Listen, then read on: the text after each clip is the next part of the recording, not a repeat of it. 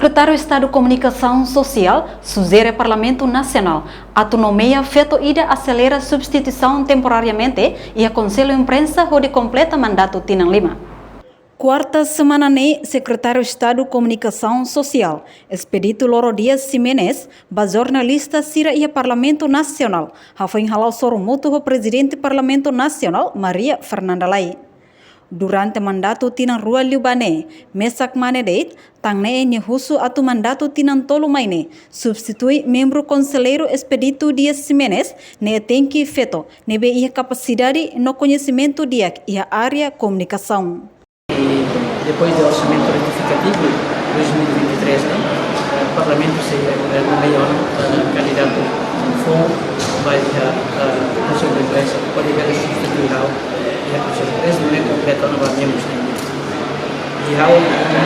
União sugere também o mandato rua nebe mai durante jornalistas sira mane utili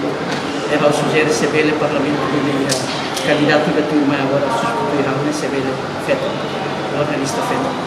nebe experiência também a lei de comunicação social até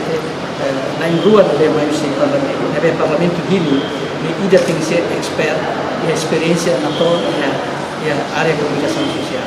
nebe seguir candidato da nebe experiência na toda a área de comunicação social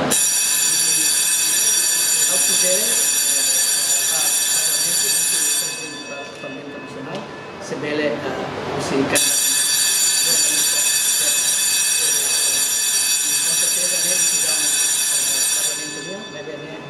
sugestão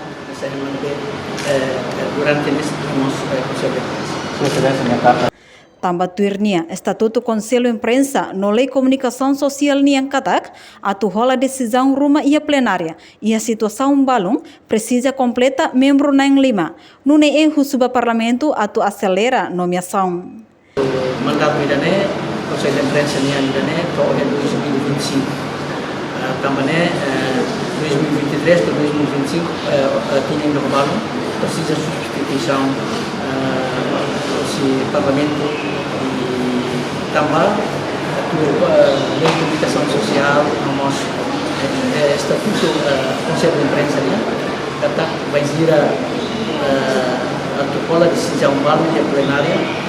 e a situação balu decisão balu precisa ser membro da lima completa também agora será membros na enrade deve precisar substituição da lei porque não é será com a decisão exato dele plano do orçamento de maio 2024 nós decisão plenária dele há contrato para funcionários e nosso contrato atual regulamento